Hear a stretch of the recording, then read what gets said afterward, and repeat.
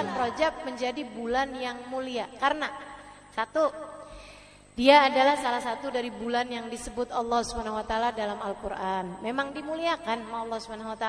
Dah, itu aja udah cukup untuk menunjukkan kemuliaannya bulan Rajab. Kemudian yang kedua, karena Rajab itu adalah merupakan gerbangnya Ramadan.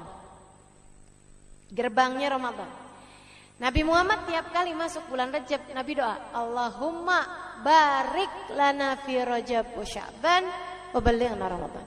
Ya Allah, berkahi aku di bulan Rajab, berkahi aku di bulan Sya'ban, sampaikan umurku sampai ketemu bulan Ramadan. Nah itu Nabi nariknya nggak cuman ke Ramadannya, nggak cuman ke Sya'bannya, tapi Nabi narik dari bulan Rajab. Artinya bahwa bulan Rajab itu adalah bulan gerbang menuju kepada bulan Ramadan. Sehingga para ulama banyak sekali nih yang mengatakan tentang hal-hal seperti ini dari urutan antara Rajab, Sya'ban, Ramadan. Ada yang bilang Rajab syahruz zara, Sya'ban syahrus saqi, wa Ramadan syahrul hasad.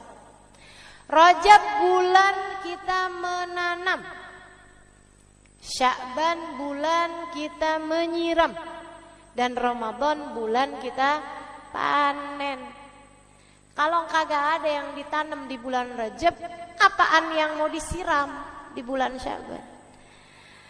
Kalau ditanam di bulan Rajab nggak disiram di bulan Sya'ban, mati. Tapi kalau kemudian di bulan Rajab dia nanam, kemudian di bulan Sya'ban dia nyiram, maka di bulan Ramadan silahkan memanen segala kebaikan-kebaikan. Dan ini sangat terasa. Kalau Rajabmu nggak benar teman-teman saya sekalian, kamu akan rasain nanti di bulan Ramadan yang kita harapkan sebagai bulan ibadah, bulan kita mengalahkan hawa nafsu, berat setengah mati. Ramadanmu isinya jadi kayak gitu-gitu aja. Cuman puasa dari makan, minum, sama berhubungan intim. Udah gitu doang. Selebihnya dosa-dosa masih terus. Selebihnya ibadah kagak ada yang nambah. Terawih, sekedaran ibadah standarnya orang beriman dimanapun tuh terawih. Berat juga kamu lakukan. Kenapa? Nggak mulai dari masuk gerbangnya. Masuk gerbang pelan. Dari bulan Rajab. Kalau kamu benerin diri di bulan Rajab, kemudian semakin baik pada bulan Sya'ban, bulan Ramadan tinggal ngerasain nikmatnya ibadah. Tinggal ngerasain bagaimana sungguh-sungguh memiliki hubungan sama Allah Subhanahu wa taala. Ada air mata tercurah, ada nikmatnya ibadah, ayat-ayat Quran, ada khusyuk salat. Masya Allah. Ada senyum lebarmu di hari akhirat ketika kamu melihat pahala-pahala Ramadanmu dibukakan untukmu. Mesti mulai dari bulan Rajab. Oh pantesan ya, saya tuh kalau Ramadan gitu-gitu aja. Iya, gak pakai persiapan. Segala-gala kalau gak pakai persiapan gak maksimal. Betul? Makanya teman-teman saya sekalian siapin dari sejak bulan ini nih, bulan Rajab. Dia bulan gerbang menuju Ramadan. Sayyidil Hibzain bin Smith, guru saya, guru kita semua, harapan saya. Beliau mengatakan Rajab syahrut takhalli, wa Sya'ban syahrut tahalli, wa Ramadan syahrut tajalli. Kok bahasanya mirip-mirip ya? Nah orang pinter tuh ngomongnya enak. Habib Zain ya, pinter luar biasa ngomongnya enak. Rajab syahrut takhalli, Rajab bulanmu bersih-bersih, mengosongkan diri dari dosa-dosa, bersih-bersihin dosa, kosongin tuh dosa-dosa dari hatimu. Wa Sya'ban syahrut tahalli, Sya'ban adalah bulanmu berhias diri. Habis dibersihin, sekarang tinggal tuh dipasangin interior yang bagus, ibarat kamar. Gitu ya. Ramadan syahrut tajalli. Ramadan adalah bulan kamu naik ke pelaminan. Bulan kamu bersanding. Ini barat pengantin nih. Bulan Rajab adalah bulan dia bersih-bersihin badan, mandiin, dilulurin gitu kan, bersih-bersihin. Bulan Sya'ban, bulan dimilih, milih baju pengantin, bulan dia berhias, milih make upnya, milih tempat tidurnya, milih pakaian tidurnya, milih segalanya. Ramadan adalah bulanmu menikah. Saudaraku sekalian saya muliakan, ini bukan kepada manusia tapi antaramu sama Allah. Dosa-dosa udah kebanyakan. Berapa bulan loh? 9 bulan. Iya kan? Wah, udah banyak bener nih dosa-dosa kita nih. Ini gimana nih caranya nih? Kosongin. Biar semuanya menjadi terampuni. Kalau udah kosong, bulan Sya'ban hias-hiasin hatimu. Hati yang udah kosong dihiasin. Dihiasin dengan apa? Tidak ada penghias hati lebih dari sesuatu yang indah. Dihiasi dengan yang indah.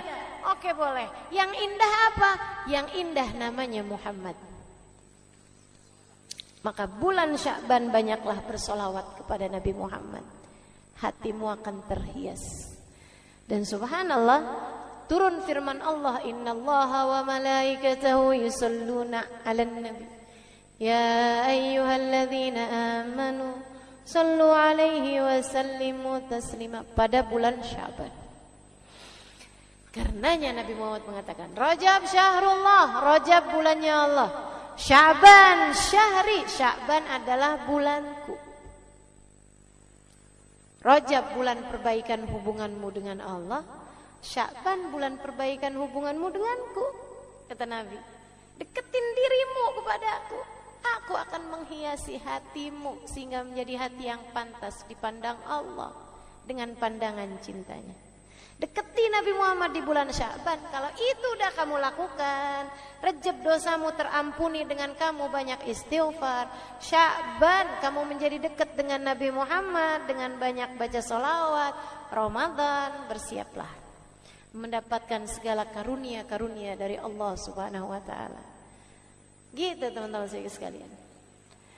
Kalau pengen ngerasain nikmatnya Ramadan, bukan dengan mempersiapkan menu buka puasa, akan tetapi persiapkan hatimu untuk mendapatkan rasa-rasa yang hanya hamba-hamba tercinta yang dapat merasakannya. Kalau rasa enaknya makanan semua orang ngerasain. Fir'aun ngerasain, Bu Jahal, Bu Lahab semua ngerasain. Rasa nikmatnya makanan doang mah. Semua orang yang paling dimurka sama Allah, yang udah gak diizinin sama Allah buat sujud barang serakaat pun teman-teman saya sekalian, yang lisannya gak pernah diizinkan Allah untuk memanggil namanya barang sekalipun, dikasih nikmatnya makanan. Kalau yang kamu kira dengan nikmatnya Ramadan hanyalah sekedar nikmatnya makanan, akan tetapi yang dimaksudkan dengan nikmatnya Ramadan adalah rasamu kepada Allah Subhanahu wa taala. Kayak apaan rasanya yang gak bisa diceritain. Namanya rasa. Rasa hanya bisa dirasakan, gak bisa diceritain. Kamu akan tahu rasa nikmatnya. Sama kayak ada orang nanya sama kamu, mau-maunya sih hadir pengajian, ya ampun duduk sesek-sesekan, diem aja.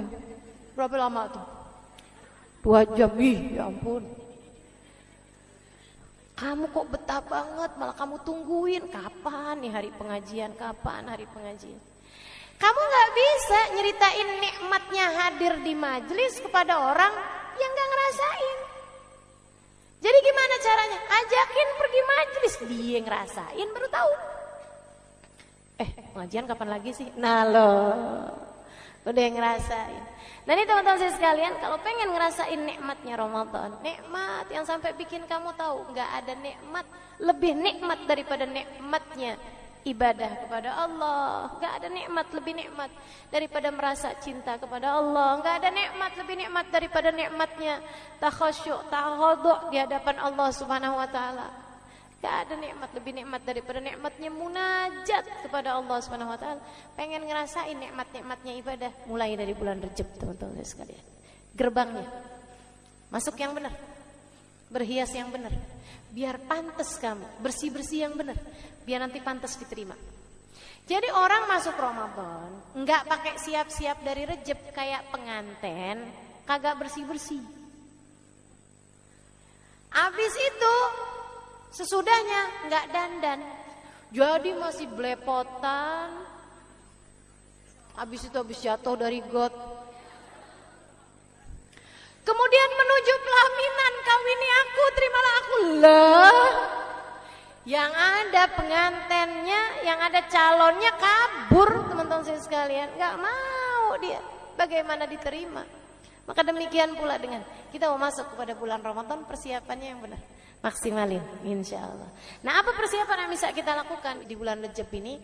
Ada 3 hal, saudara sekalian, kamu bisa perbanyak ketiganya di bulan Rajab. Yang pertama, zikir, dan sebaik-baik zikirnya adalah istighfar.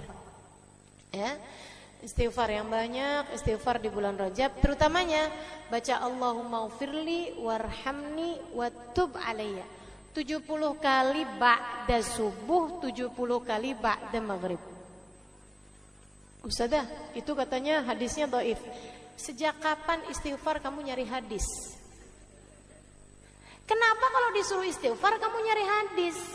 Kalau kamu mau nonton, mau ngapa-ngapain, kagak ada tuh nyari hadis. Iya kan, kalau ibadah kan mesti ada tuntunannya. Istighfar tuntunan dari Allah, bukan? Fastaghfiru rabbakum innahu kana ghaffara. Siapa yang suruh? Allah. Beristighfarlah kalian kepada Allah, innahu kana ghaffara. Sesungguhnya Allah Subhanahu wa taala Maha Pengampun.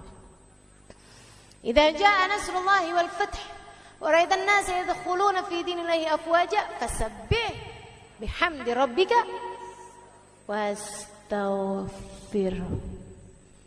Fasabbih bihamdi rabbika, bertasbihlah kamu kepada Allah, wastaghfiruh, dan mohon ampunlah, istighfarlah padanya. Innahu kana tawwaba. Gitu. Jadi banyakin istighfar, terutamanya baca Allahumma ufirli warhamni watub alayya. Habis subuh 70 kali, sama ba'da maghrib atau ba'da isya 70 kali. Kalau bisa sambil ngangkat tangan, kerjainnya langsung habis salam. Assalamualaikum warahmatullahi wabarakatuh. Assalamualaikum warahmatullahi wabarakatuh. Kalau lagi sholat, kalau lagi main sudah, ya udah nggak apa-apa, baca aja tetap. Pagi hari 70 kali, sama malam hari ba'da maghrib jam-jam segitu ya, baca juga 70 kali. Kalau bisa tetap dengan angkat tangan sebagai salah satu cara kita agar doa kita diijabah, kita baca Allahumma ufirli, ya Allah ampuni, warhamni, ya Allah sayangi, watub alayya, ya Allah kembalikan aku di jalanmu. Masih kadang suka nyasar-nyasar, ya Allah tolong balikin lagi, ya Allah balikin lagi, ya Allah. Gitu. Allahumma ufirli warhamni. Ustazah udah biasanya Rabbi ufirli warhamni watub alayya, boleh apa enggak? Boleh. Tapi memang lafadznya yang dari hadis yang saya terima dari guru-guru itu ya, pakainya Allahumma.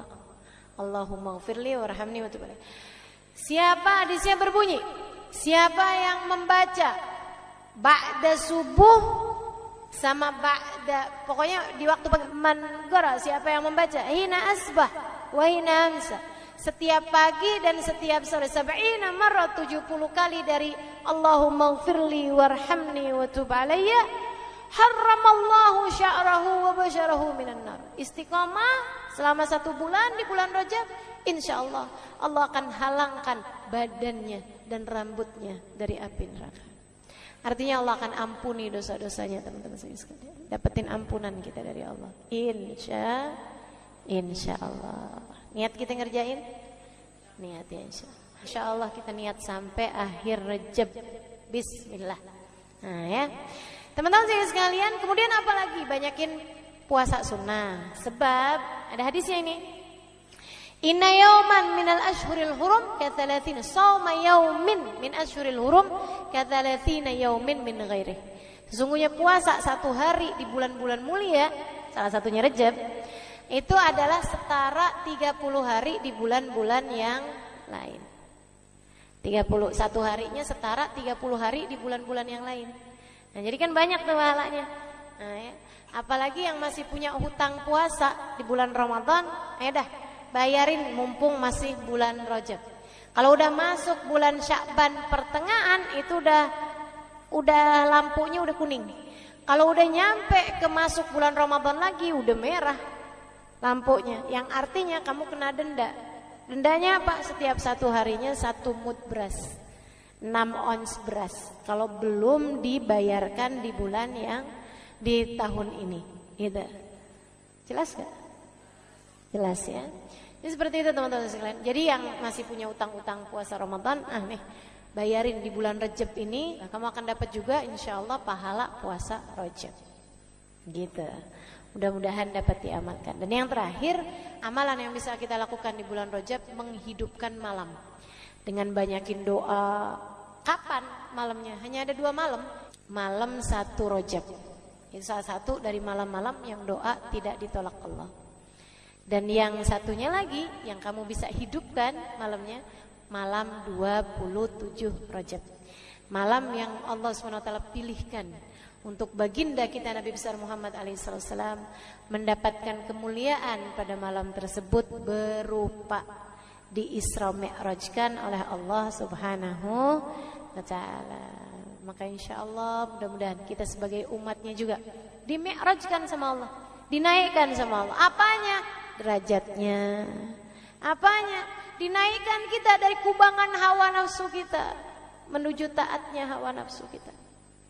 Dari hawa nafsu yang ammarah bisu mengajak kepada keburukan, naik insyaallah menuju ke lawama, hingga naik lagi menuju ke mutmainnah, hawa nafsu yang tenang.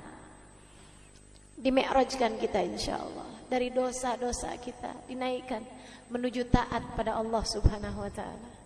Dari yang asalnya nih kalau diterima sama Allah nih ibadah-ibadah kita nih di bulan Rajab nih teman-teman saudaraku sekalian.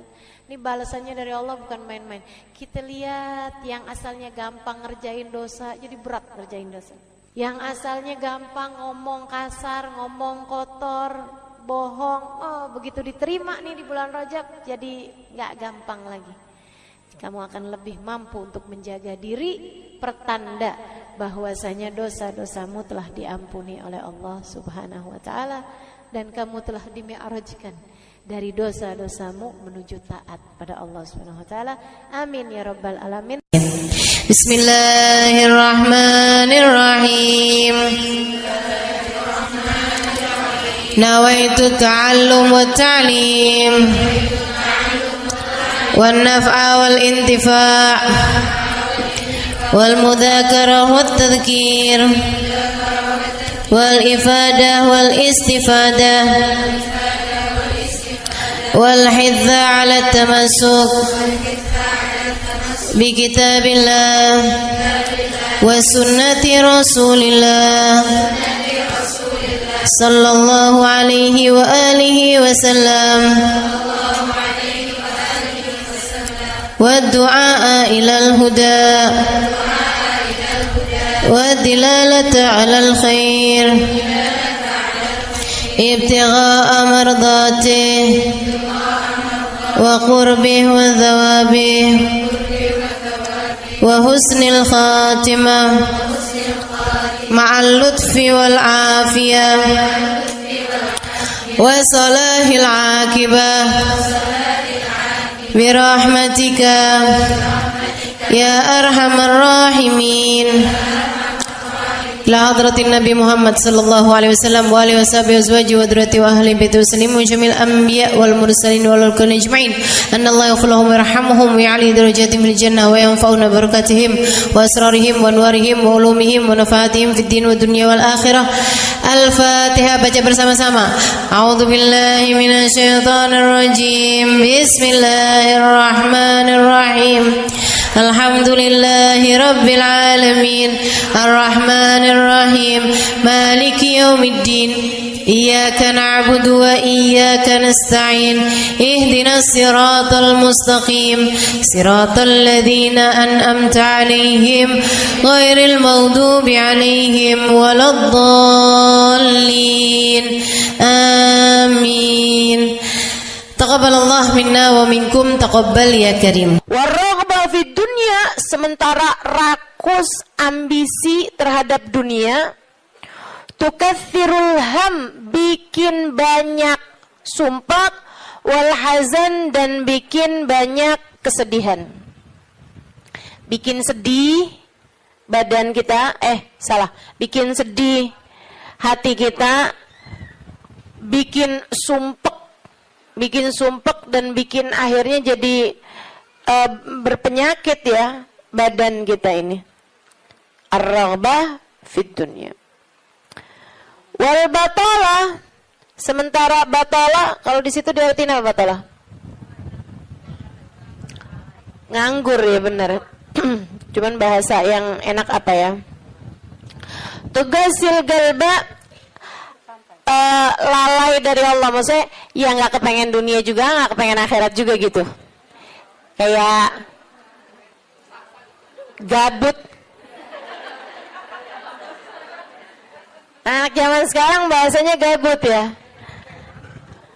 Gabut itu apa sih sebenarnya? Gak ada kerjaan gitu kan.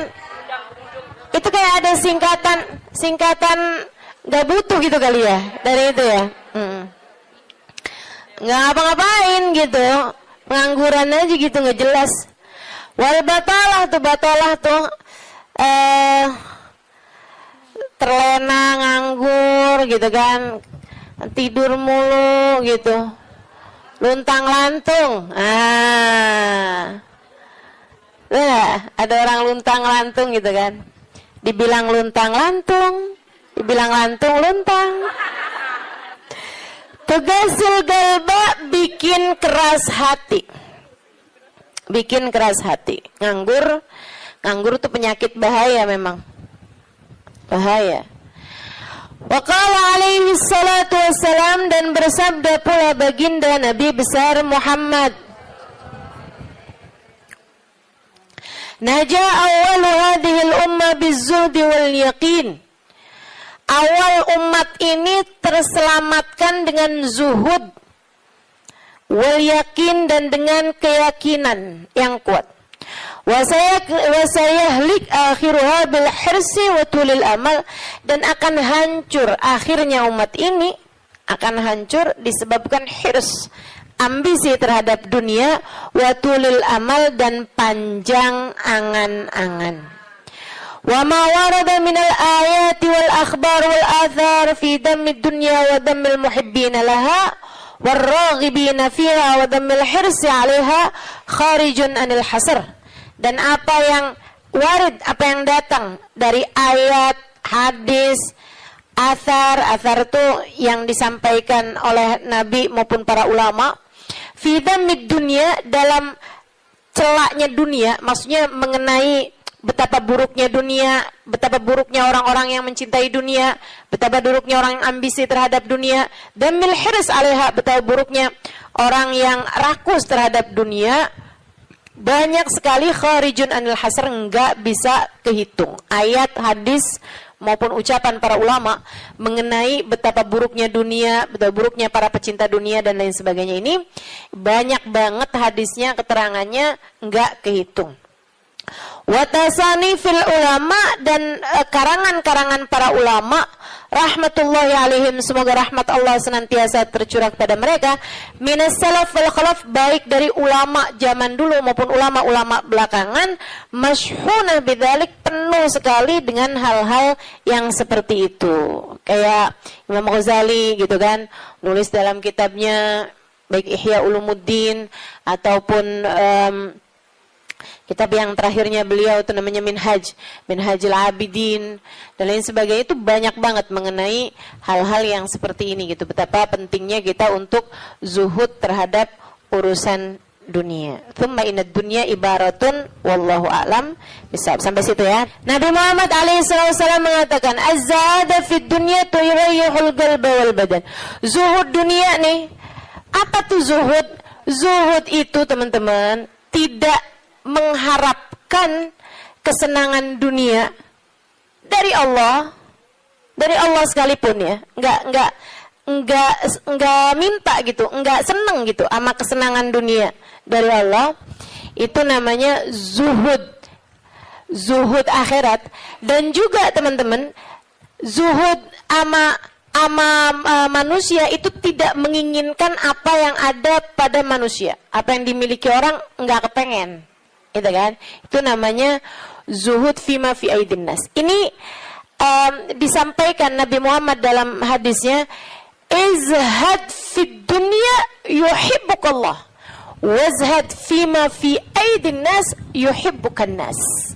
Kata Nabi Muhammad alaihissalam, zuhudlah kamu dari dunia. Zuhud tuh enggak seneng, enggak ambisi, enggak fokus kepada kesenangan dunia maupun pencapaian dunia. Hati-hati, tipis teman-teman bedanya, gitu kan? Pencapaian dunia, saudara sekalian, kayak gini loh, banyak followers, majelisnya jadi rame, itu tipis tuh antara kamu kepengen akhirat sama kamu kepengen dunia. Buat siapanya? Bukan buat yang hadir. Saya rasa kalau yang hadir mudah-mudahan baik gitu kan. Tipisnya itu buat pelaku-pelaku dakwah, baik yang rumahnya buka buat majelis atau dia buka majelis, atau yang ngajarnya nih, gitu. Karena kalau tujuannya senengnya itu adalah urusan-urusan dunia, tuh tipis banget setan nantinya tuh bisa masuk dari arah situ. Dari arah situ masuknya. Izhad fid dunia, kata Allah SWT. Makanya dari tipisnya nih yang saya sebut tadi itu ya, kayak keinginan kamu tuh dunia apa akhirat, keinginan kamu tuh pujian manusia atau pujian Allah.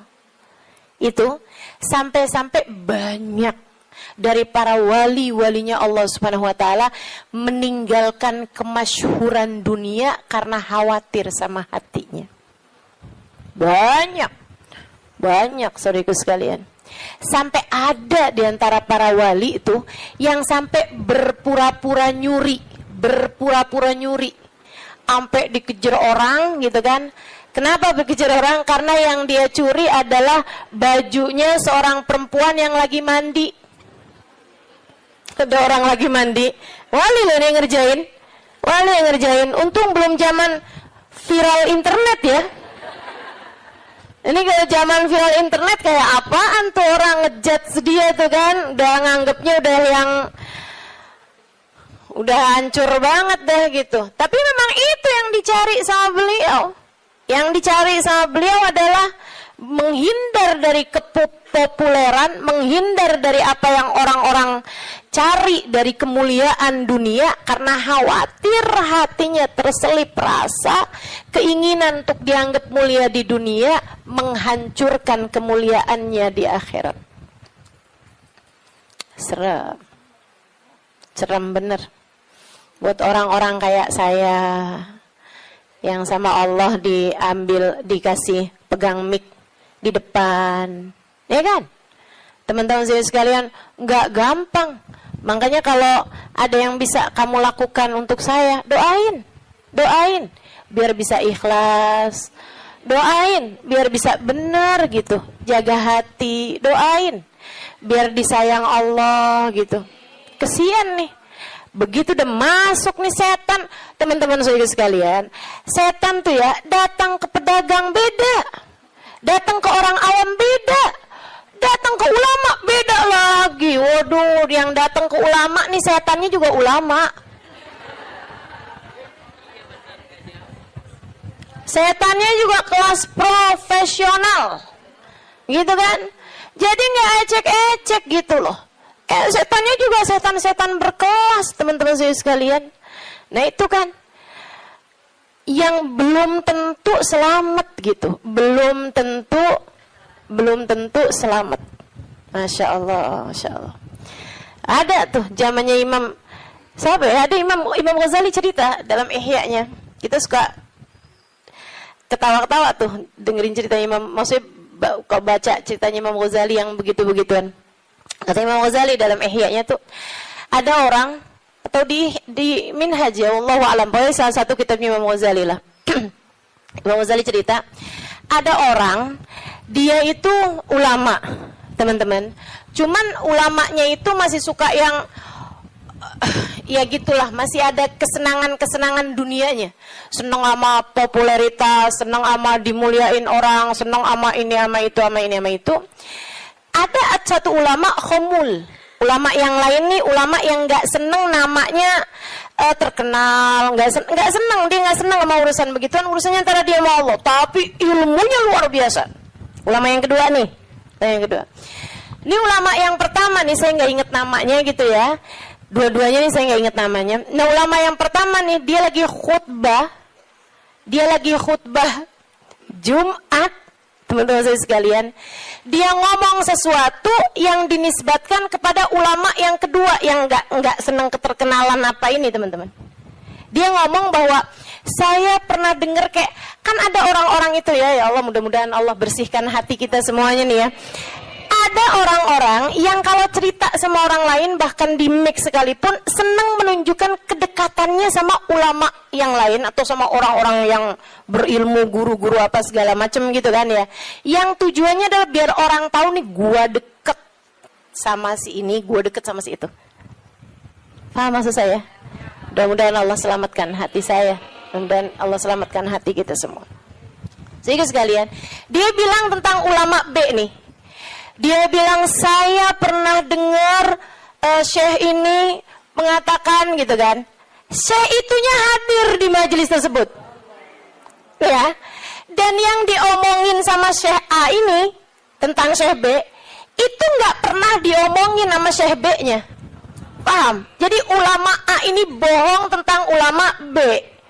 Bohongnya di khutbah Jumat cuman untuk menunjukkan betapa dekatnya dia sama ulama B tersebut itu. Dia ngomong kayak begitu, sehingga sekalian, tahu apa yang dikerjain sama ulama B? Ulama B ini yang, kenapa nih anak? Beliau berdiri nyabut bulu ketiak di tengah orang banyak. Beliau berdiri nih, beliau berdiri kemudian nyabut bulu ketiak. Heh, Syekh, kurang ajar kamu. Ini waktunya khutbah. Saya nggak pasti itu khutbah Jumat atau khutbah yang lain nih ya. Ala kulli hal, Syekh, ngapain kamu nih waktunya khutbah, kamu malah cabut bulu ketiak. Duduk Syekh, nggak punya adab. Kata Syekh B ini, kamu yang nggak punya adab nak. Kamu yang nggak punya adab Pak. Kenapa kamu mengingatkan saya untuk sesuatu hal yang sunnah? Nyabut bulu ketiak, kalau salah memang hari Jumat ya. Nyabut bulu ketiak hari Jumat hukumnya sunnah. Ala sunnah. Walimada astahi, dia bilang. Kenapa saya mesti malu? Kamu gak punya malu apa depan orang-orang kamu nyabut bulu ketiak? Bulu ketiak itu kan buat laki-laki sama laki-laki nggak aurat. Sesama perempuan aja nggak aurat. Bulu ketiak ya, maaf ya. Teman-teman sekalian, beliau bilang walimada astahi. Kenapa saya mesti malu? Ana ala haq wa anta alal batil. Saya mengerjakan barang hak, kamu mengerjakan barang batil. Dia bilang saya mengerjakan barang hak, nyabut bulu ketiak sunnah hari Jumat. Dia bilang kamu ala batil. Karena kamu menceritakan tentang saya sesuatu yang tidak pernah saya katakan. Saya Syekh Fulan, sebutin nama dia namanya. Ya Allah, merah padam mukanya. Seram, teman-teman, seram. Ya gitulah. Kadang-kadang tuh sampai tipis banget keinginan dakwah atau keinginan pamer. Tipis. Setannya tuh ngebisikin sampai kayak suara semut. Katanya Nabi Muhammad alaihi salatu wassalam, "Ar-riya yadhubbu ala ummati kadhabibin naml." Riya itu bersuara di hati umat saya kayak suaranya semut. Nyaris enggak kedengeran. Enggak kedengeran suaranya. Antara kamu seneng agama Allah jadi tinggi atau kamu seneng nama kamu jadi tinggi. Tipis. Segaris, bahkan lebih tipis daripada kulit bawang, teman-teman. Makanya mesti terus minta perlindungan sama Allah. Ya Allah, ya Allah. Ya Allah, ya Allah. Bimbing terus ya Allah, ya Allah, ya Allah. Gitu. Mudah-mudahan Allah karuniakan keikhlasan bagi kita sekalian insyaallah. Sebab yang namanya pencapaian akhirat teman-teman. Dan pencapaian akhirat kita nggak pernah tahu. Pencapaian akhirat tuh kita nggak pernah tahu. Taunya kapan? Ntar di akhirat. Namanya juga pencapaian akhirat. Taunya entar di akhirat. Saat kamu berhasil menghadap Nabi Muhammad. Saat namamu menjadi seseorang yang dikenal oleh Nabi Muhammad. Kalau mau bangga, tar di sana. Kalau mau bangga, ntar di sana. Saat kamu bisa melewati jembatan Sirat secepat kilat. Saat kamu bisa selamat masuk surga Allah Subhanahu wa ta'ala. Saat kamu bisa digiring di belakang bagindamu Nabi besar Muhammad. Mau membusungkan dada saat itulah silahkan. Mau ngerasa diri sesiapa saat itulah silahkan. Mau menganggap diri berhasil mencapai kemuliaan saat itulah silahkan. Mau menganggap diri mencapai pencapaian dalam dakwah saat itulah silahkan. Silahkan. Mau menganggap diri solehah saat itulah silahkan. Jika sampai namamu dipanggil oleh Nabi Muhammad, jika sampai kamu diperkenankan bersalaman dengan Nabi Muhammad, jika sampai Nabi Muhammad berkata raditu biki, aku ridho kepadamu, saat itulah silakan melayang-layang teman-teman. Sebelum itu terjadi, kamu masih antara-antara. Kamu masih ada di tepi jurang.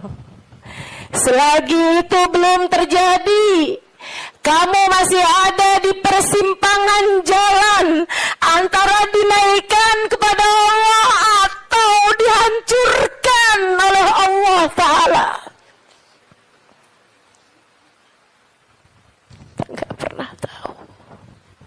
Kita nggak pernah tahu. Makanya selalu minta sama Allah, ya Allah karuniakan keikhlasan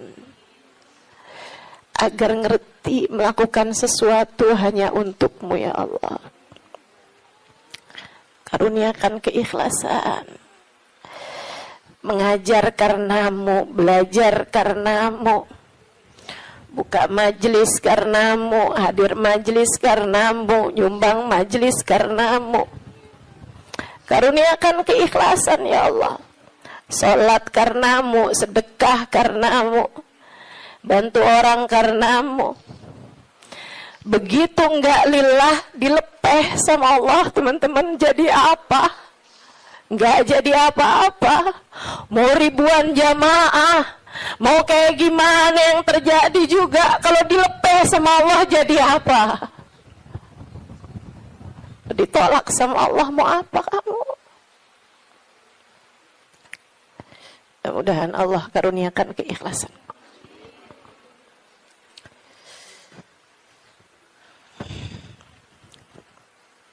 Az-zahada fid dunya, zuhud di dunia. Zuhud dunia, ngarepnya cuma Allah semata. Izhad fid dunya, yuhibbukallah. Kalau Allah lihat hatimu nggak punya ketertarikan sama dunia, Allah cinta padamu. Gitu kata Nabi Muhammad. Hah? Hati kamu masih ngarep dunia nggak nih? Hati kamu masih ngarep harta, pandangan orang, jabatan, kemuliaan di mata manusia? Kamu masih fokus ke sana apa enggak gitu? Hati kamu masih fokus ke sana, jangan salahkan siapa-siapa. Kalau Allah pun juga belum fokus mengaruniakan rahmatnya kepadamu. Sebab aturannya jelas, kata Nabi Muhammad, izhad fid dunya yuhibbukallah. Bagaimana mungkin Allah akan menempati hatimu jika hatimu masih penuh sesak dengan selainnya? Teman-teman, kamu kalau mau taruhin di kamarmu itu lemari baru, tempat tidur baru, kamu mesti keluarin yang lama.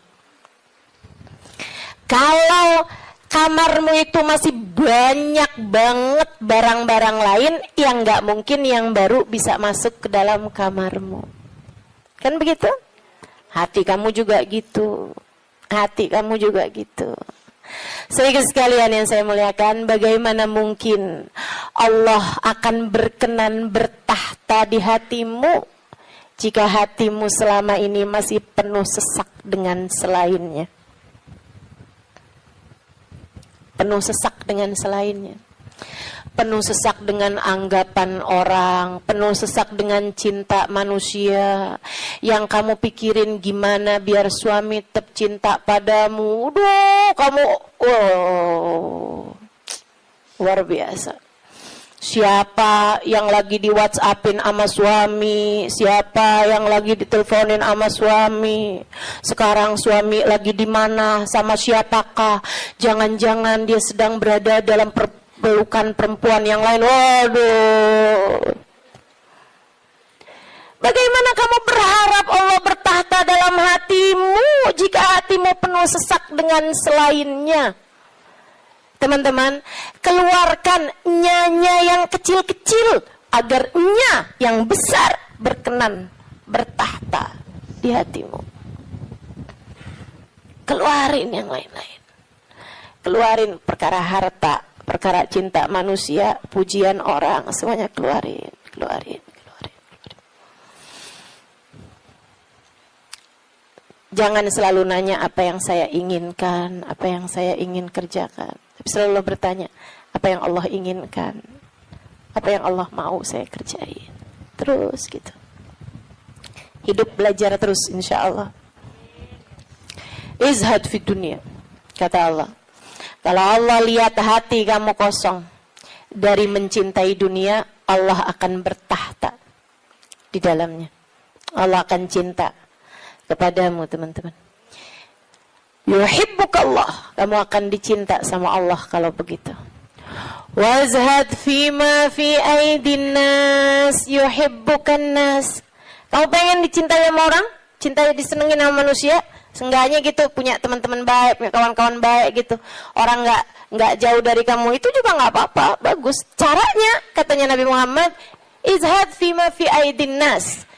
Zuhudlah kamu dari apa yang dimiliki sama orang. Jangan selamitan, jangan kepengen apa yang dipunya sama orang. Orang gak seneng loh kalau kita tuh kayak yang, ih bagus, mau dong. Gak seneng, teman-teman. Ustazah kerudungannya cakep-cakep, Ustazah boleh gak buat saya? Misalnya gitu. Saya ngomong sama Ustazah Khadijah. Tuh ya. Gak bagus, teman-teman, gak bagus. Dan itu kamu gak akan disenengin sama orang kalau caramu kayak gitu tuh. Minta aja gak disenengin sama orang, apalagi ngambil. Kan ya, udah pasti tuh orang gak seneng. Orang itu, teman-teman, punya banyak sekalipun gitu kan, kalau diminta tuh, kecuali para wali-walinya Allah, kecuali para orang-orang lain itu mah tingkatannya, ya kan. Tapi kalau diminta tuh gak seneng itu juga gitu. Walaupun mintanya nggak yang dengan bahasa-bahasa yang ini gitu, terus terang, tapi kayak bahasa sindiran gitu kan. Kerudungannya banyak, boleh kali Ustazah, yang ini cakep nih, gitu kan? Enggak boleh, nggak baik kayak begitu. Kamu menurunkan kemuliaanmu, teman-teman. Yang kata Nabi Muhammad tuh, 1 titik hitam di wajahmu di akhirat nanti setiap kali kamu meminta kepada orang lain. Izhad fima fi aidin nas. Apalagi kalau sampai kamu, hati kamu nggak pernah tertarik sama apa yang dipunya sama orang. Oh, dicinta sama Allah. Saya ceritain tuh di buku Bidadari Bumi 2 tentang seorang perempuan yang diceritain sama Hubabah Nur. Sedikit sekalian saya muliakan, saya lagi ngobrol sama Hubabah cerita tentang orang ini. Tuh bahwa ada tuh 5 orang tuh. Emang bener nih hadisnya Nabi yang ini bener banget. Ra'aituhu bi'aini kata beliau. Saya lihat dengan mata saya. Dia bilang ada satu orang Alimah. Itu beliau, si perempuan ini, saya bolak-balik ngelihat di undangan, di kondangan, tuh ya, di pesta-pesta gitu, perkawinan kayak gitulah, kondangan-kondangan, bajunya itu terus. Saya tahu kalau dia ini miskin karena bajunya itu terus, gitu kan? Orang di Tarim itu kalau keluar semuanya pakai baju hitam. Nah, kalau baju hitam kan susah nandainnya kan yang sama semua. Betul apa enggak? Sedikit sekalian saya muliakan, makanya saya suka heran gitu, Ustazah Halimah nih fashionable, apa namanya? Bener nggak ngomongnya? Lagi mana? Apa tadi?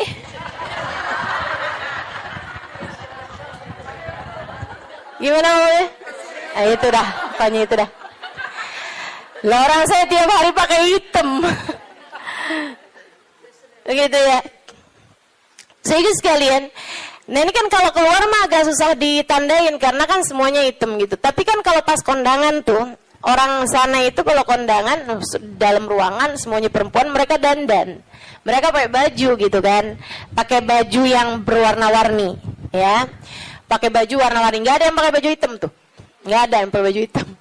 Saya waktu enggak dulunya enggak tahu gitu kan, saya pakai baju hitam aja gitu masuk. Buka. Waduh gimana nih kalau buka ya. Habisannya terus udah ngerti gitu lama-lama. Jadi teman-teman, kata Hubabah, orang ini kalau kondangan baju itu mulu. Akhirnya saya punya niat, kalau nanti saya keluarin baju, saya panggil tuh orang. Saya cari tahu dan dia nih rumahnya ini apa, keluarganya siapa gitu, saya paham, saya tahu tempatnya karena Tarim tuh kecil, kota kecil. Ya, semua orang memang saling kenal satu sama lain. Akhirnya dia bilang, kata Hubabah, waktu saya datang baju-baju yang baru-baru, ada orang ngasih ini apa segala macam, yang lama-lama saya keluarin. Hubabah tuh begitu teman-teman. Ngajarin kepada kita jangan sampai yang, aduh penuh banget, kamu masuknya iya, keluarnya kagak gitu kan. Ada yang masuk, ada yang keluar. Akhirnya mau Hubabah baju-baju yang lama-lama tuh dikeluarin, bagus-bagus tentu aja ya, dan semua orang juga seneng dapat bajunya Hubabah gitu kan. Jangan terus minta, jadi kepikir nih berangkat ke Tarim meminta baju mau Hubabah. Tentu berkah kan ya, tentu berkah, tapi ya sekali lagi jangan minta. Subhanallah teman-teman, kalau nggak minta tuh, kalau mintanya mau ntar kasih. Jadi kepikir ya, mau minta sama Allah, nggak usah yang gitu-gitu juga. Mau minta sama Allah tuh pahala aja, udah pasti enak. Teman-teman sih sekalian, akhirnya Hubabah itu ngeluarin baju-baju beliau, ada setumpuk lah gitu. Beliau panggil tuh orang perempuan itu, panggil sama Hubabah. Dia seneng banget dan memang miskin banget teman-teman. Bajunya cuma itu aja, buat kondangan itu, buat keluar itu, buat sholat itu gitu. Dia cuma segitu itu bajunya gitu. Baju sholat kayak mau kena gitu, tuh ya. 2, kalau 1 dicuci kan ada gantinya gitu. Terus baju keluar dia gitu, baju hitam 1, terus baju hari-harinya dia kayak daster gitu buat di rumah, 2 potong 2 biji gitu, tuh 1-nya lagi baju buat kondangan. Udah gitu aja, simple hidupnya. Jadi sekalian dipanggil tuh perempuan sama Hubabah. Kata Hubabah, saya habis ngeluarin baju-baju nih, silahkan kamu pilih yang mana yang kamu mau, sisanya tolong bagiin, kamu yang bagiin gitu, sama siapa yang kamu mau deh gitu. Di depan Hubabah nih, majlis nih, dia bilang, oh gitu Hubabah, Masya Allah Hubabah, Masya Allah, mudah-mudahan Allah berkahi Hubabah, mudah-mudahan doain panjang lebar gitu. Saya pikir orang alhamdulillah ya, saya memberi kepada orang yang tepat nih gitu. Orangnya seseneng itu gitu dikasih baju. Makasih Bapak, makasih. Mudah-mudahan Allah tambahin Bapak, mudah-mudahan doa apanya. Habis itu dia ambil satu. Wah, ini cocok nih buat ponakan saya nih. Kata, wah ini cocok nih buat teman saya sih itu. Saya lagi, oh cocok nih buat adik saya nih. Ini cocok nih buat tangga saya. Ini cocok. Sampai habis semuanya, nggak ada satu pun yang buat dia. Kata Hubabah, begitu semuanya buat orang lain tanpa ada satu pun yang buat orang tersebut. Ya Allah, 5 saat itulah saya jatuh cinta padanya. Bener banget yang Nabi Muhammad bilang, izhad fima fi aidin nas yuhibbukan nas. Ketika kamu tidak tertarik sama apa yang dipunya sama manusia lain, sama orang lain, justru manusia akan cinta padamu. Manusia ini memang unik. Allah tuh seneng kalau ada orang seneng sama apa yang dimiliki sama Allah, Allah seneng. Allah tuh diminta seneng. Allah itu kalau ada orang tertarik sama apa yang ada pada Allah, surga, gitu kan? Itu kan yang Allah janji-janjikan kan? Allah tuh kalau melihat orang tertarik ke surga, tertarik sama hisab yang mudah, tertarik ke perjumpaan dengan Allah, tertarik, Allah malah seneng teman-teman. Manusia nih justru kebalik. Manusia tuh kalau ada orang tertarik sama apa yang dia punya, malah nggak demen. Terutama perempuan, kalau ada orang tertarik sama suaminya, dia nggak demen banget tuh.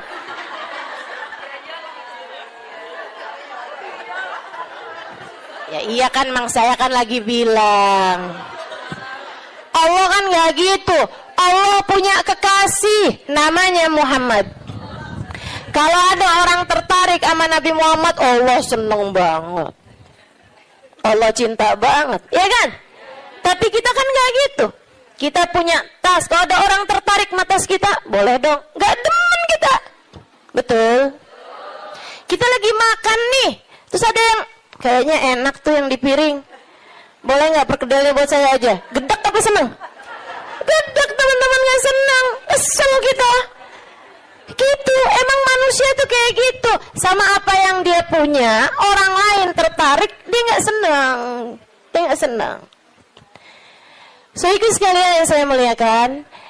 Katanya Hubabah, begitu dia tidak tertarik sama apa yang saya punya, bahkan sama sesuatu yang udah saya bagiin, udah saya kasih sama dia, dia nggak tertarik terhadap dunia, saya jatuh cinta sama dia. Masya Allah. Saya langsung masuk lagi ke kamar, saya ambil baju yang saya sayangi, yang saya sukai, saya lipat bagus-bagus, saya kasihin sama dia, saya bilang yang ini untuk kamu. Saya minta tolong sama kamu, pakailah baju ini buat kamu, saya nyari berkah dari kamu.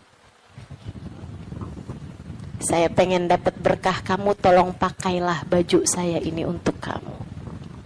Hubabah nyampe tolong-tolong sama dia. Masya Allah. Tuh saudariku sekalian, orang tuh bisa mulia kayak gitu tuh. Jadi yang memuliakanmu itu bukan harta. Sebagaimana yang sering saya sampaikan padamu. Kemuliaanmu tidak ada pada harta. Kemuliaanmu tidak ada pada tahta, jabatan. Kemuliaanmu tidak ada pada rupa, kecantikan. Enggak gitu ya. Kemuliaanmu tidak ada bahkan pada ilmu. Kemuliaanmu tidak ada pada ibadahmu juga enggak. Teman-teman saya sekalian, ibadah mah kita kerjain aja. Tapi bukan berarti kamu udah ibadah terus kamu jadi mulia, enggak gitu juga. Kemuliaanmu ada pada Allah Subhanahu wa taala. Allah berikan kepada siapapun yang Dia kehendaki. Makanya nyari mulia, deketi Allah.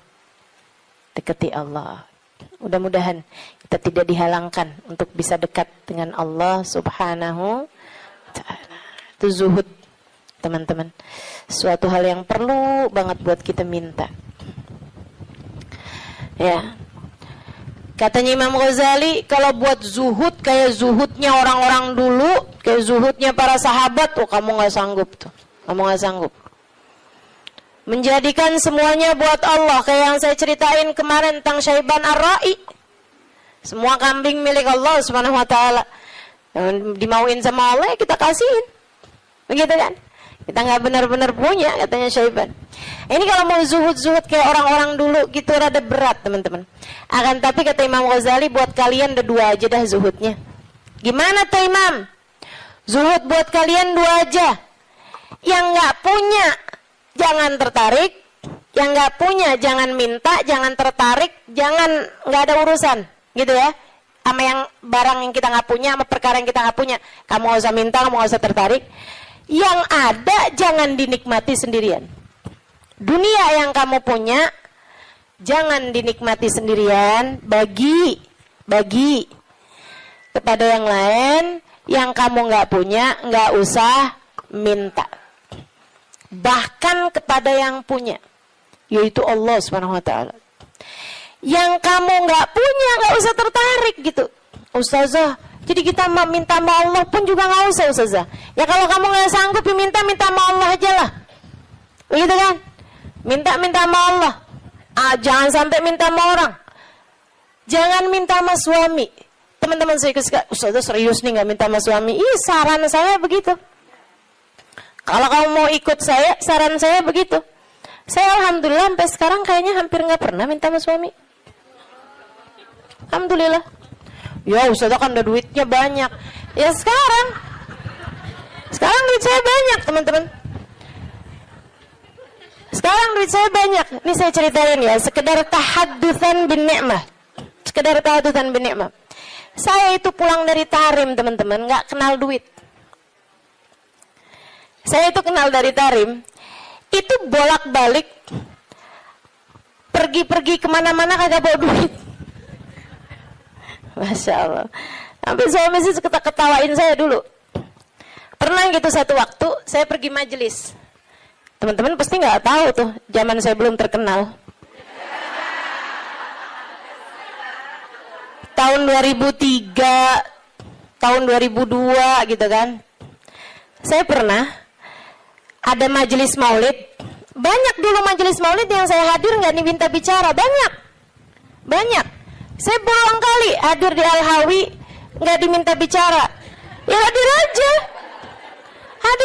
nggak apa-apa. Kenapa emang? Kita ngarep berkah, teman-teman. Ustazah kalau sekarang hadir di Al-Hawi nggak diminta bicara, hadir apa enggak? Ya hadir lah. Beberapa tahun yang lalu juga saya hadir di Kuitang nggak diminta bicara, nggak apa-apa. Kenapa emang? Kenapa emang? Lah kenapa kamu yang repot? Kenapa tuh? Repot kamu? Kalau saya nggak diminta bicara, kamu repot? Nggak apa-apa, teman-teman. Emang kenapa? Kita dapat berkah dari hadir. Kita dapat ilmu dari yang menyampaikan. Kan begitu? Kalau kita diminta bicara, ya bicara. Kita diminta nggak bicara, ya nggak usah pengen bicara. Biasa aja. Diminta diam, kita diam. Diminta bicara, kita bicara. Kan begitu. Hamba Allah Subhanahu wa ta'ala. Saudara sekalian saya muliakan, ala kulli hal. Gitu ya. Enggak, saya cuma mau bilang aja, maksudnya bahwa yang sekarang kamu kenal itu dulunya juga nggak dikenal. Kan begitu ya?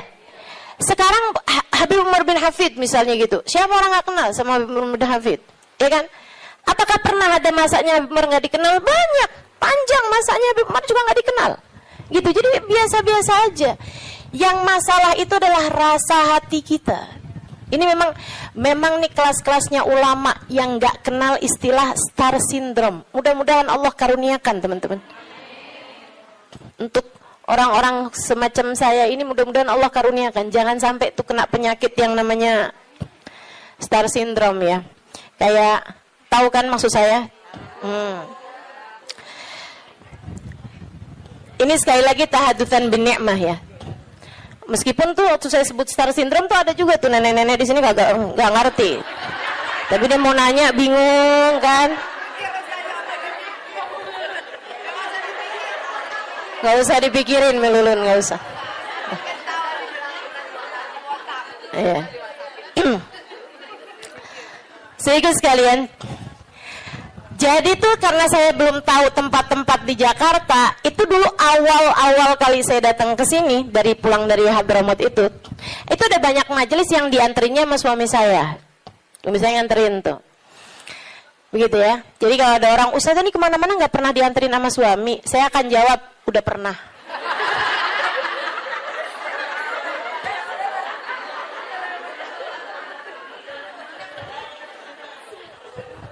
Udah pernah, tenang. Nggak usah kamu sok-sokan bikin iri saya, jemput sama suami gitu kan. Sampai di saat nggak dijemput sama suami sekalipun, turun dari Gojek salim. Gara-gara kebiasaan dianterin sama suami.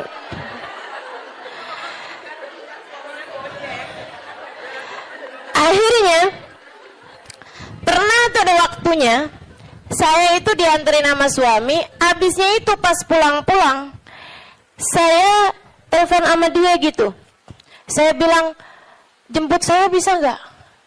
Dia bilang, waduh, saya susah nih Halimah, saya jauh dari situ. Kamu tadi nggak bilang kalau disuruh jemput juga, saya pikir nganterin aja. Lah saya pulang sama siapa nih?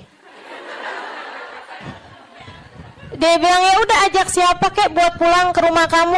Naik apa? Panggil taksi aja kalau gitu. Duitnya dari mana? Dia bilang, kamu nggak punya duit? Nggak punya? Astagfirullah. Dia bilang, saya kawin sama siapa ini? Nggak ngerti duit. Masya Allah, Masya Allah. Sehingga sekalian, jadi cerita aja gitu. Nggak punya duit nggak bikin saya jadi hina, bukan? Nggak ngenal duit, nggak ngerti duit zaman itu, nggak bikin saya hina. Sehingga sekalian, sekarang saya punya duit, nggak bikin saya jadi tambah mulia. Enggak, cuman jadi lebih gampang aja kalau nyari taksi. Kalau nggak ada yang nganterin, meskipun juga nggak perlu naik taksi ya sekarang, alhamdulillah. Jadi sekalian yang saya muliakan, jadi itu kayak begitu gitu kan, urusan dunia nih nggak bikin kita jadi tambah mulia, nggak bikin kita jadi tambah hina. Kemarin tuh berapa lama yang lalu, Habib Umar ada cerita teman-teman, ada cerita gini nih, kata Habib Umar, marat alayya iyam. Habib Umar, pernah berlalu beberapa hari, bahkan beberapa bulan dari masa kehidupan saya, ma fi jaybi illa 3,000 riyal. Dia bilang, saya nggak punya apa-apa di kantong saya selain 3.000 riyal. 3.000 riyal sama dengan 15.000 duit kita. Main di ghairah. Saya nggak punya selain daripada itu, kata Umar. Cuma 15.000 perak tuh. Berhari-hari, berminggu-minggu, berbulan-bulan. Kata Habib Umar bin Hafid, apakah berkurang kemuliaan seseorang karena nggak punya duit? Apakah berkurang nilai saya gara-gara cuman punya 15.000 itu? Nggak berkurang. Dunia teman-teman tidak memuliakan seseorang. Habib Umar, saya saksinya. Hubabah Nur, Habib Umar, yang ada seberapa dikeluarin, ya udah dikeluarin gitu. Ada tamu-tamu, berapa puluh orang, berapa ratus orang gitu kan. Yang ada pun punya, keluarin. Itu. Nggak ada hitung-hitungan sama urusan duit. Hubabah Nur itu teman-teman saya sekalian, karim banget, dermawan banget. Beliau itu bahkan, kan tinggal di kota Tarim, orangnya miskin-miskin. Banyak di antara mereka tuh yang kayak melahirkan gitu kan, terus nikah apa segala macam, itu pada nggak punya duit. Mereka itu di kota Tarim, kalau nggak punya duit, datangnya ke Hubabah Nur. Hubabah Nur kasih kepada mereka. Sehingga sekalian yang saya muliakan, sampai Hubabah Nur nih ceritain, bukan Hubabah tentu saja ya, cerita orang yang khidmah di rumahnya Hubabah. Itu teman-teman saya sekalian, sampai punya stok di dapur beliau atinya kambing, atinya unta, gitu ya. Itu beliau stokin di freezernya beliau. Buat siapa?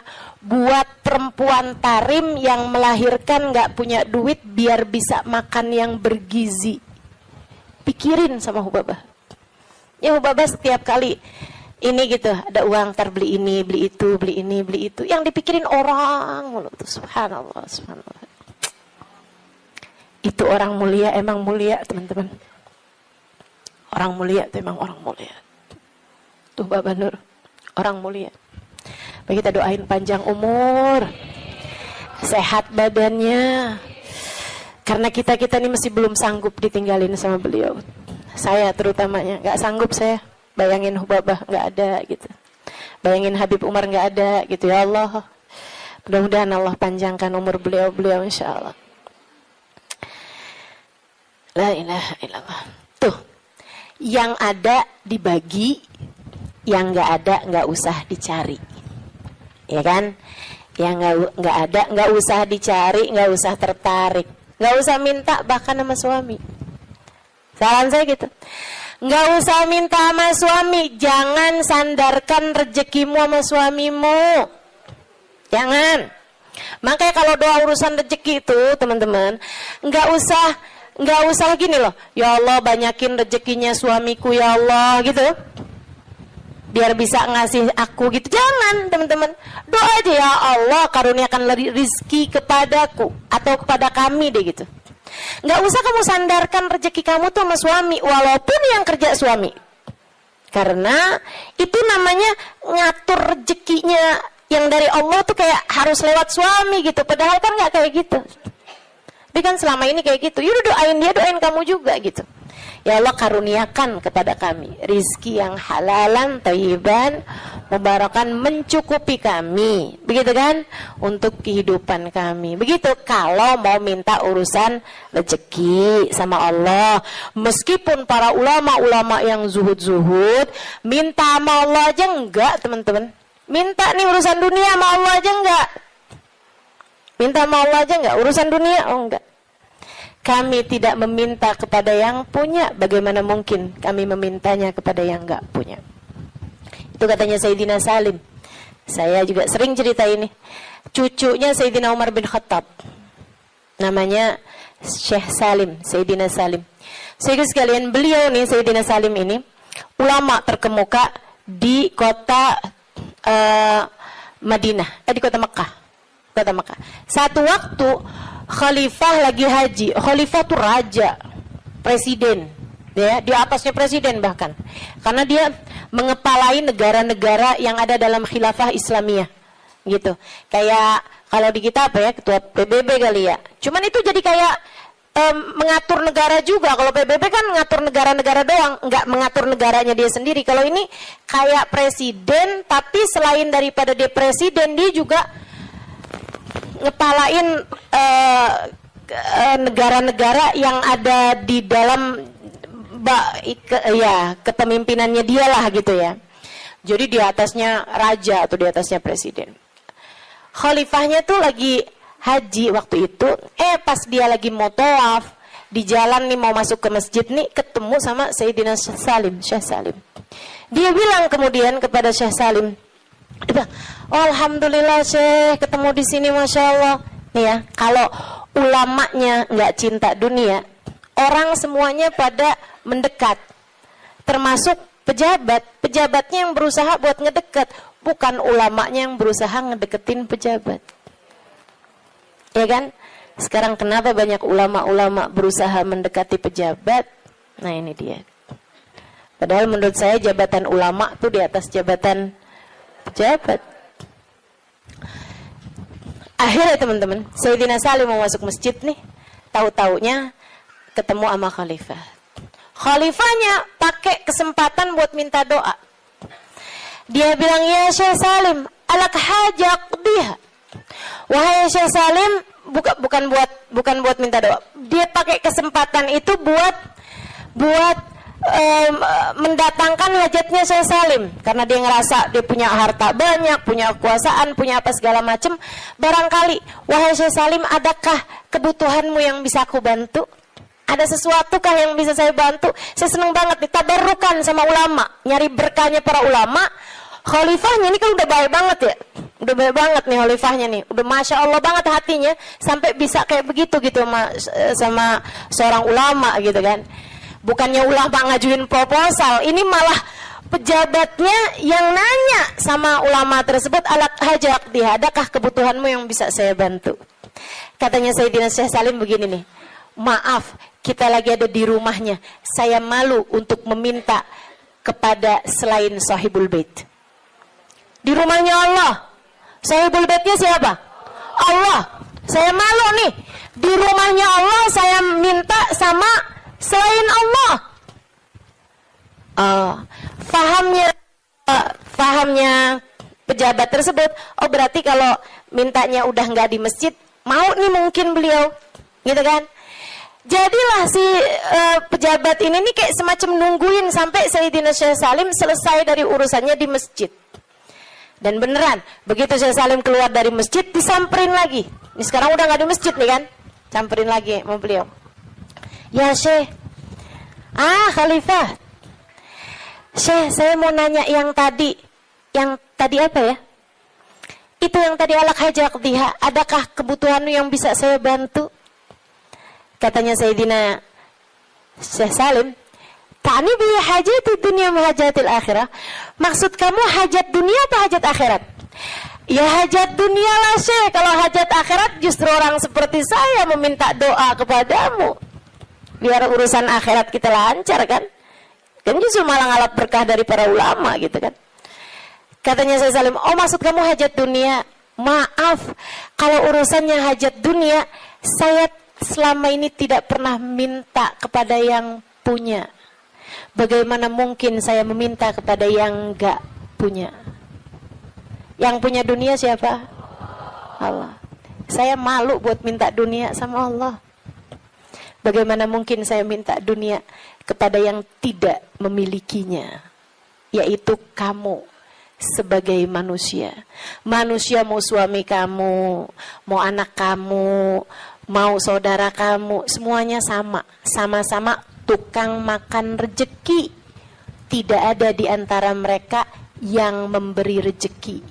Yang memberi rejeki cuma satu, namanya Allah. Kalau kamu harus minta dunia, mintanya sama Allah. Kalau kamu harus minta dunia, ya, kalau kamu harus minta dunia, mintanya sama Allah. Bahkan para kasih Allah, mereka minta sama Allah pun enggak urusan dunia. Mintanya urusan apa? Mintanya urusan kebersihan hati. Mintanya urusan kelezatan ibadah. Mintanya urusan kehusyuan sholat. Mintanya urusan keikhlasan berbuat. Mintanya selamat hidup dunia, selamat hidup akhirat. Mintanya husnul khatimah. Mintanya tetap iman Islam. Mintanya rahmat. Mintanya syafaat. Dan lebih daripada itu semua, mereka minta cinta. Mereka minta cinta. Cinta kepada Allah, cinta kepada Rasulullah. Mereka minta Allah mencintai mereka. Mereka minta Rasulullah mencintai mereka. Itu hal-hal besar untuk kita minta kepada sang pemilik segalanya, teman-teman.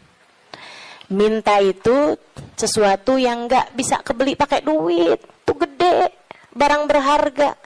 Kalau sesuatu yang masih bisa kebeli pakai duit, itu barang yang gak seberapa berkelas, teman-teman.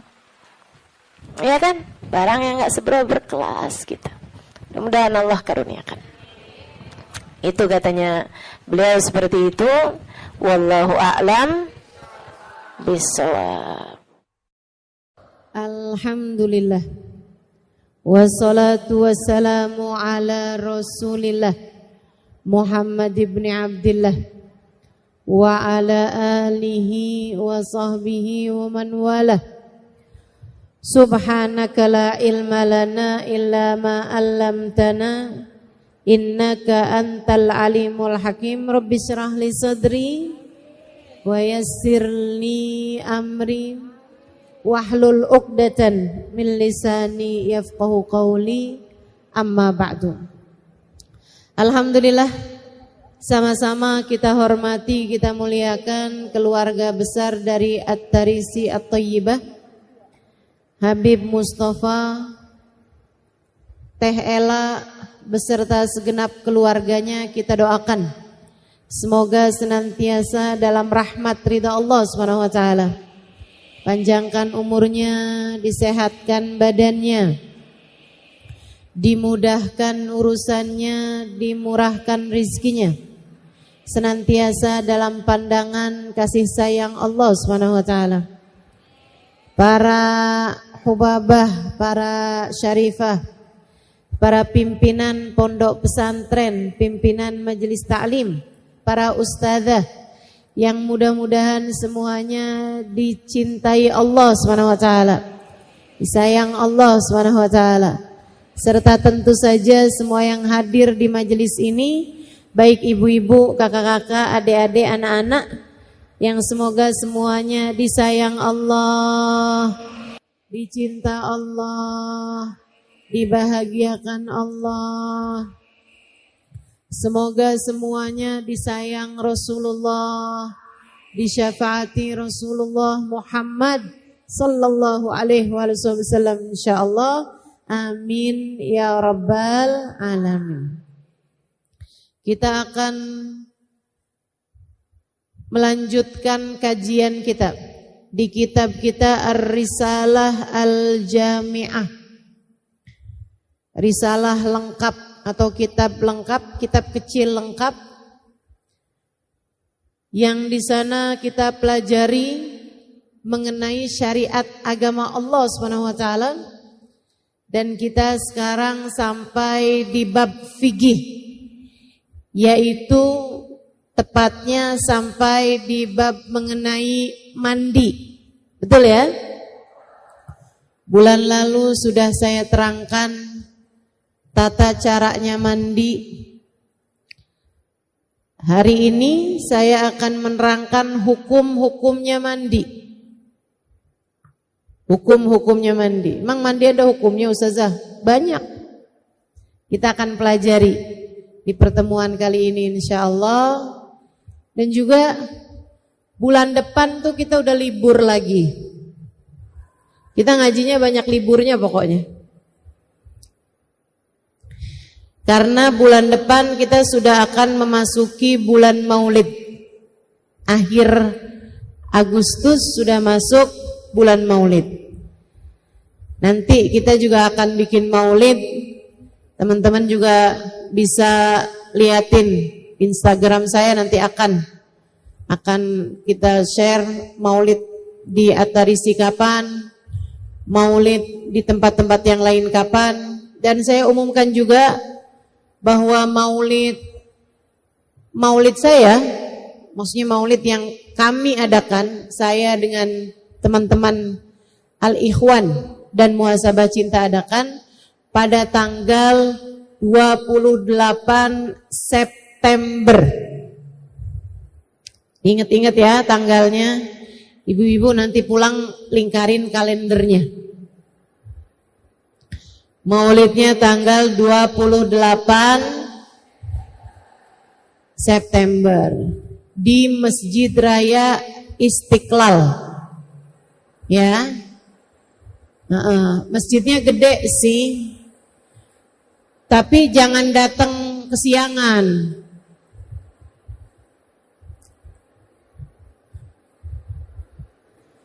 Datangnya jam berapa Ustazah? Sebelum bangun. Sebelum bangun kamu udah jalan. Jadi nggak pakai tidur. Iya. Mudah-mudahan Allah panjangkan umur kita. Allah sehatkan badan kita. Allah takdirkan diri kita untuk bisa menghadiri maulid Nabi kita Muhammad sallallahu alaihi wasallam insyaallah. Amin ya rabbal alamin. Sebelum kita akan bahas hukum-hukumnya mandi ini, kita akan awali dulu dengan membaca niat belajar bersama-sama. Ikuti sudah saya. Bismillahirrahmanirrahim. Nawaitu ta'allum wa ta'lim wan naf'a wal intifa' wal mudzakarah wat tadhkir wal ifadah wal istifadah wal hitha 'ala tamassuk bi kitabillah wa sunnati rasulillah sallallahu alaihi wa alihi wa sallam wa du'a ilal huda wa dilalata alal khair ibtigha'a mardatih wa qurbih wa thawabih ma'al lutfi wal afiyah wa salahil aqibah birahmatika ya arhamar rahimin. Ila hadratin Nabi Muhammad sallallahu alaihi wasallam wa alihi washabihi azwaji wa ahli baiti muslim wa jamil anbiya wal mursalin wal qawni ajma'in wa nususun masjidil muhajirin Muhammad bin Isa Wakil Muqaddam Muhammad bin Ali Balawi Sayyidina Abdurrahman Asgaf Sayyidina Abdullah bin Abu Bakar Al-Aidarus Fakhrul Wujud Asy-Syaikh Abu Bakar bin Salim Muslim Mufurim Tumasai Berati bin Abdullah bin Al-Haddad Ahmad bin Zain Al-Habsyi Habib Ali bin Muhammad Al-Habsyi wa jami' sadatina ali Abi Alawi ajma'in thumma ila arwahi arba'atil a'immatil mujtahidin wa mughalidin fiddin ulama amilin fuqaha wal muhaddisin wal qurra wal mufassirin wa sadati sufiyatil muhaqqiqin ajma'in annallaha yaghfir lahum wa yarhamuhum wa ya'li darajatihim fil jannah wa yanfa'una barakatihim wa asrarihim wa anwarihim wa ulumihim wa nafahatihim fid din wad dunya wal akhirah. Al-Fatihah.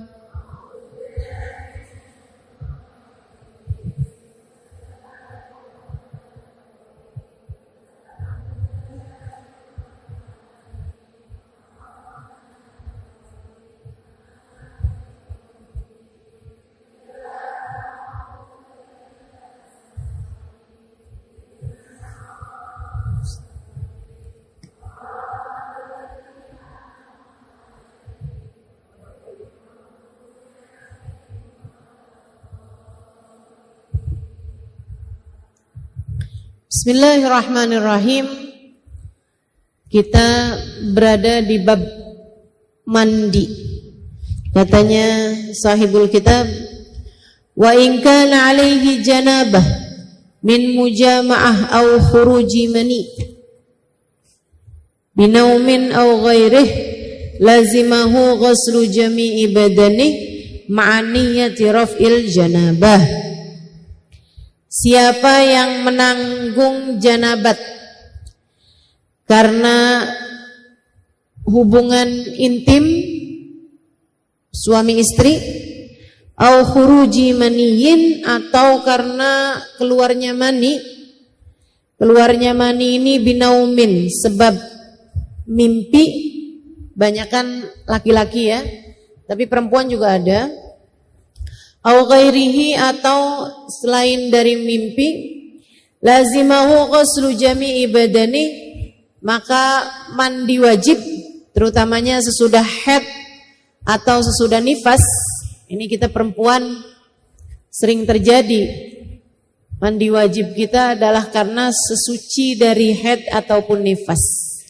Lazimahu ghuslu jami'i badani, maka wajib bagi kita untuk mandi dengan mengalirkan air ke sekujur tubuh, ma'aniyati raf'il janabah, diiringi dengan niat ngangkat hadas besar.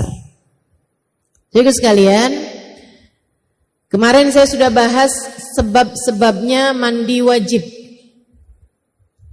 Masih ingat gak Bu? Gak yakin gitu jawabnya. 3 sebab khusus perempuan. Haid, nifas, melahirkan.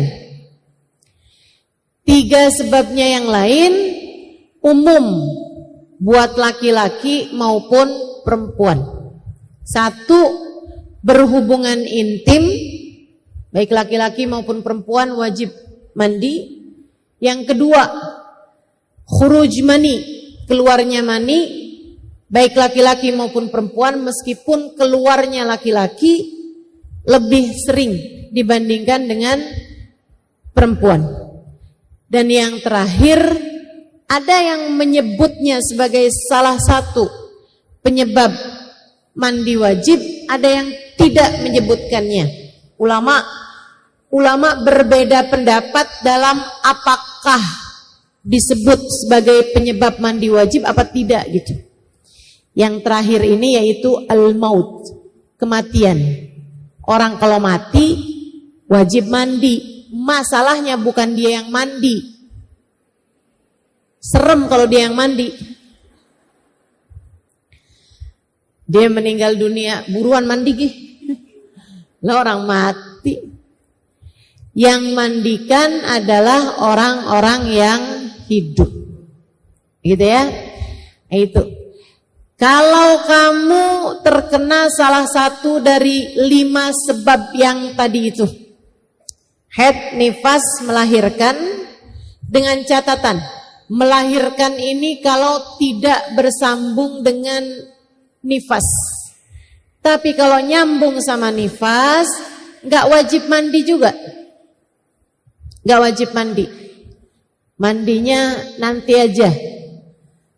Kapan aja kamu mandi boleh. Jadi jangan menyiksa orang yang habis melahirkan. Sebab kebanyakan orang kalau habis melahirkan itu Bu, nyambung sama nifas. Langsung keluar darah, nyambung terus sampai maksudnya sampai nifas berhari-hari. Kamu gak usah paksain, buruan mandi habis melahirkan, hukumnya wajib. Kalau dia nyambung sama nifas, hukumnya tidak diwajibkan untuk mandi. Mandi wiladahnya itu gugur kalau nyambung sama nifas. Nah, mandi wiladah di sini wajib kalau tidak bersambung dengan nifas. Ada Bu, orang yang habis melahirkan nggak langsung keluar darah. Darah melahirkan iya, tapi habis itu nggak keluar darah kayak haid